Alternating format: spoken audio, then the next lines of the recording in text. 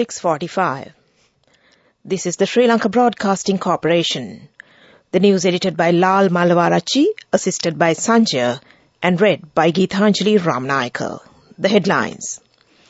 Assess, compensate, drought damage to paddy cultivation, Minister directs the Insurance Board.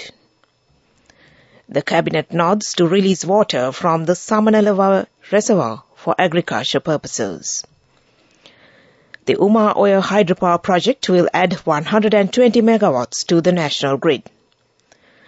The citizen-centered health service procedure will come under the purview of the Ministry of Health. The public has been informed to be alert regarding the dehydration that can occur due to the prevailing excessive heat. Foreign news, all scouts leaving South Korea camp as storm looms. Sports, 4 players fined for breach of LPL Code of Conduct.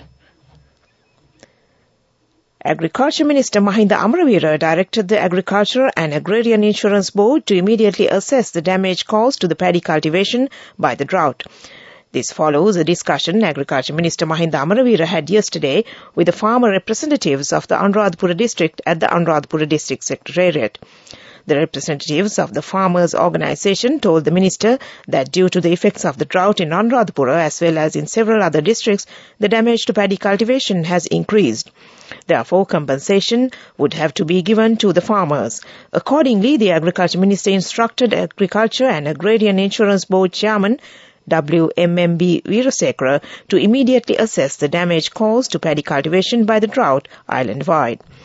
The Agriculture and Agrarian Insurance Board is currently providing free insurance for 6 crops such as paddy, chili, maize, soya bean, potato and big onion at 40,000 rupees per acre and 100 rupees per hectare for crop damage due to the weather. This amount is given without contributions. However, a contribution of 6,400 would facilitate a return of 250,000 rupees per hectare at the rate of 100,000 rupees per acre. The proposals submitted to the Cabinet regarding the supply of water from the Samanalawa Reservoir for agriculture purposes while ensuring uninterrupted supply of electricity have been approved. This has been approved in the Cabinet meeting held yesterday afternoon under the patronage of President Ranil Wickremesinghe.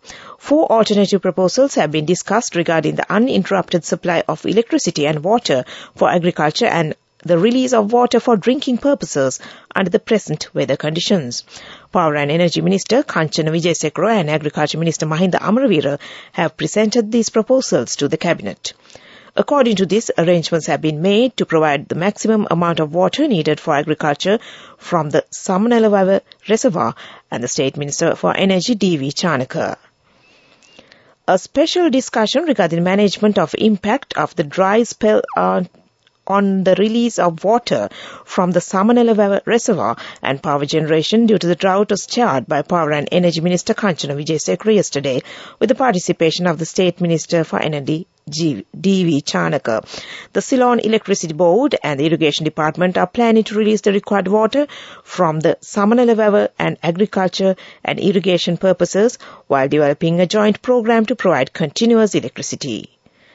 This news broadcast comes to you from the Sri Lanka Broadcasting Corporation. A comprehensive banking services package with a branded checkbook as well as debit and credit card exclusively for you.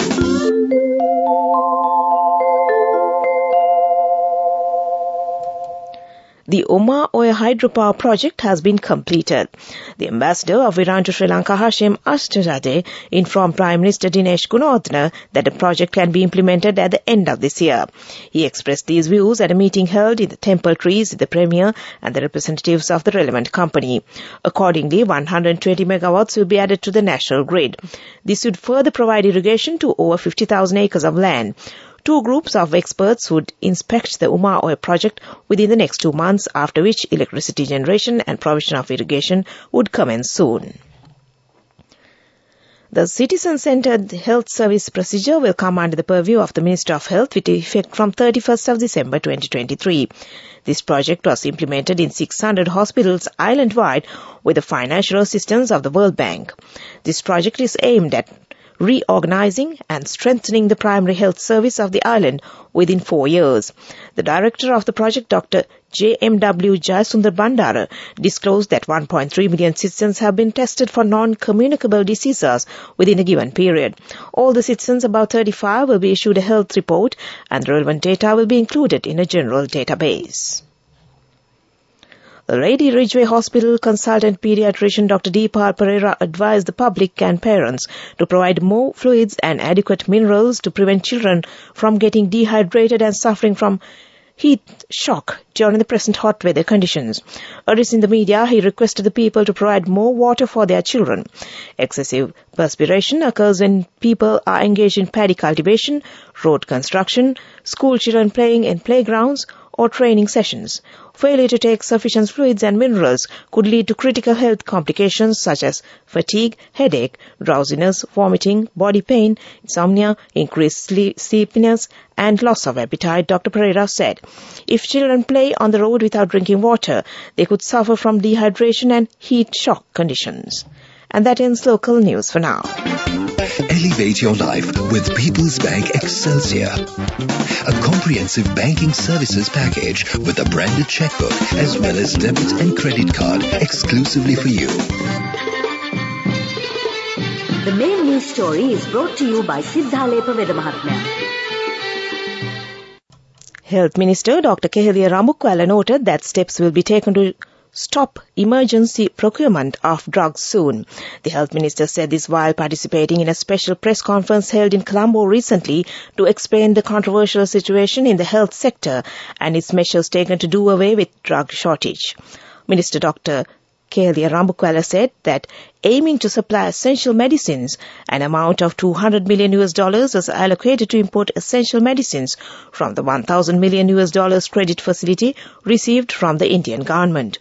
The minister also emphasized that he and everyone in the ministry had to face huge challenge of saving the health sector from the so-called modern Senaka Bibiles who claim to be exploiting public money by importing inferior medicines from India.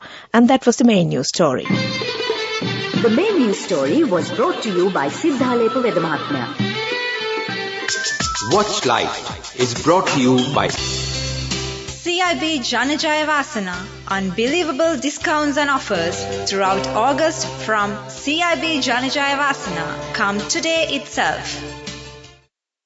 In Watchlight this morning, the farmers in Tambuttegama, Bellan Kadavala, Tala Kolavawa and Delnagama say their paddy cultivation is threatened by a herd of wild elephants. The elephants harm both the paddy cultivation and other crops. The farmers further say that they are undergoing great difficulty in protecting their crops.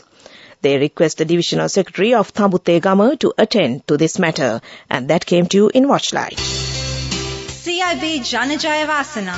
Unbelievable discounts and offers throughout August from CIB Janajaya Vasana. Come today itself.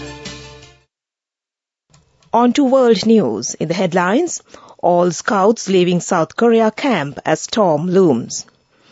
Niger junta shuts airspace citing military intervention threat. And historic Indian moon mission Chandrayaan-3 sends new photos of lunar surface.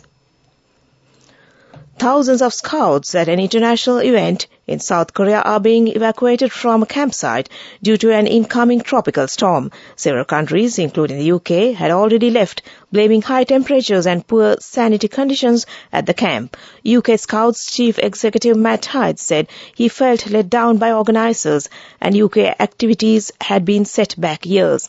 The site had become health risk, he told the BBC. Attended by more than 40,000 young people from 155 countries, the World Scout Jamboree has been plagued by problems from the very start.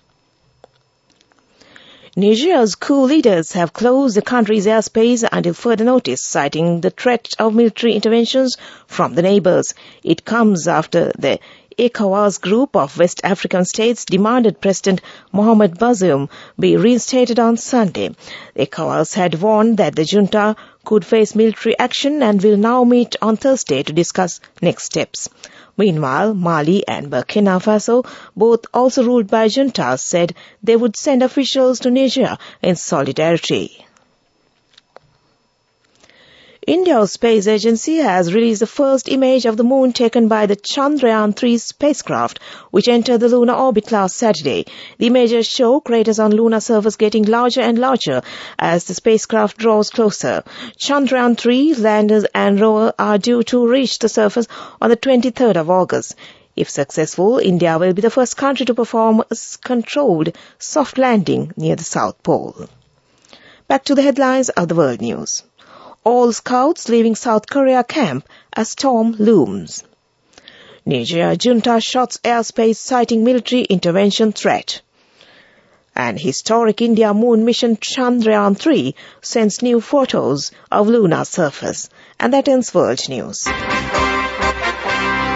Development News is brought to you by Vacancies for women from Desha Sri Lanka for housemaids in Kuwait, Oman and Saudi Arabia for ages 23 to 58 years. Contact number 037 7500 500. Uma Oya hydropower project has been completed. The ambassador of Iran to Sri Lanka, Hashim Ashtajade, informed Sri Lanka Prime Minister Dinesh Gunawardena that the project can be implemented at the end of this year. He expressed these views at a meeting held at the Temple Trees with the Premier and the representatives of the relevant company. Accordingly, 120 megawatts will be added to the national grid. This would further provide irrigation to over 50,000 acres of land.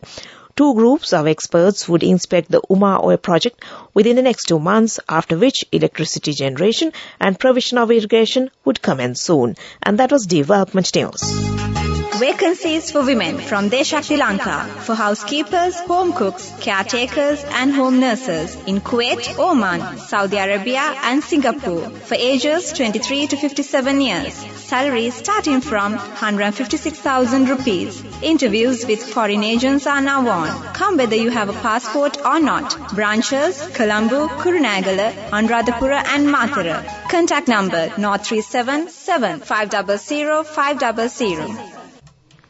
On to sports news.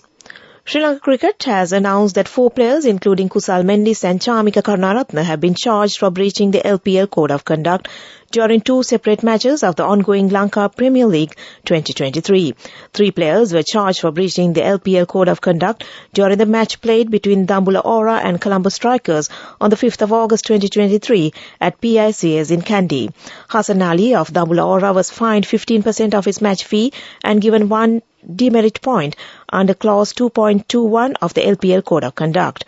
Kusal Mendis of Dambulla Ora was fined 10% of his match fee along with 1 demerit point under clause 2.21 of the LPL Code of Conduct.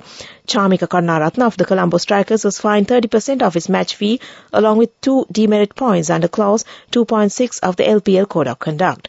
The player was also charged with a fine of 25% of his match fee and 1 demerit point under clause 2.21 of the LPL Code of Conduct, the statement said. And that was sports news. Go ekak tiyana youth ekata life ekේ change ekata niyamata set wenna as wahagena dagapu hina habe karanna youth ekata niyamata set wenna friendship එක menna. The all new NSB Ithru Mithru account, NSB IM, a plan for your dream. Business News. Sponsored by National Savings Bank, the safest place for your money. Sri Lanka shares edged up in midday trade yesterday, the Colombo Stock Exchange data showed. The main all-share price index was up 0.81% or 94.11 points to 11,727, while the most liquid index S&P SL20 was up 1.85% or 63.25 points to 3,474.31. The market generated a turnover of 1.8 billion rupees during 12,000 hours. And that was business news. Business News. Sponsored by National Savings Bank, the safest place for your money. Go ekak tiyana youth ekata life ekේ change ekata niyamata set wenna as wahagena dagapu hina habe karanna youth ekata niyamata set wenna friendship එක menna. The all new NSB Ithru Mithru account, NSB IM, a plan for your dream. On to economic news. The UN Food and Agriculture Organization has said global prices for food commodities like rice and vegetable oil have risen for the first time in months after Russia pulled out of a wartime agreement allowing Ukraine to ship grain to the world and India restricted some of its rice exports. The FAO Food Price Index, which tracks monthly changes in international prices of commonly traded food commodities, increased 1.3% in July over June, driven by higher costs for rice and vegetable oil. It was the first uptick since April, when higher sugar prices bumped the index up slightly for the first time in a year. And that was economic news. On to the weather report. Several spells of light showers will occur in the western and Sabragama provinces and in the Gaul, Matra, Kandy and Nuwara districts. Showers or thundershowers may occur at a few places in the eastern and the Uva province during the evening or at night. Mainly fair weather will prevail elsewhere over the island. And that was the weather report. Prior to concluding this news broadcast, the headlines once again. Assess, compensate, drought damage to paddy cultivation. Minister directs the Insurance Board. The Cabinet nods to release water from the Samanala Reservoir for agricultural purposes. The Umawe hydropower project will add 120 megawatts to the national grid. The citizen-centered health service procedure will come under the purview of the Minister of Health. The public has been informed to be alert regarding dehydration that can occur due to the prevailing excessive heat. Foreign news.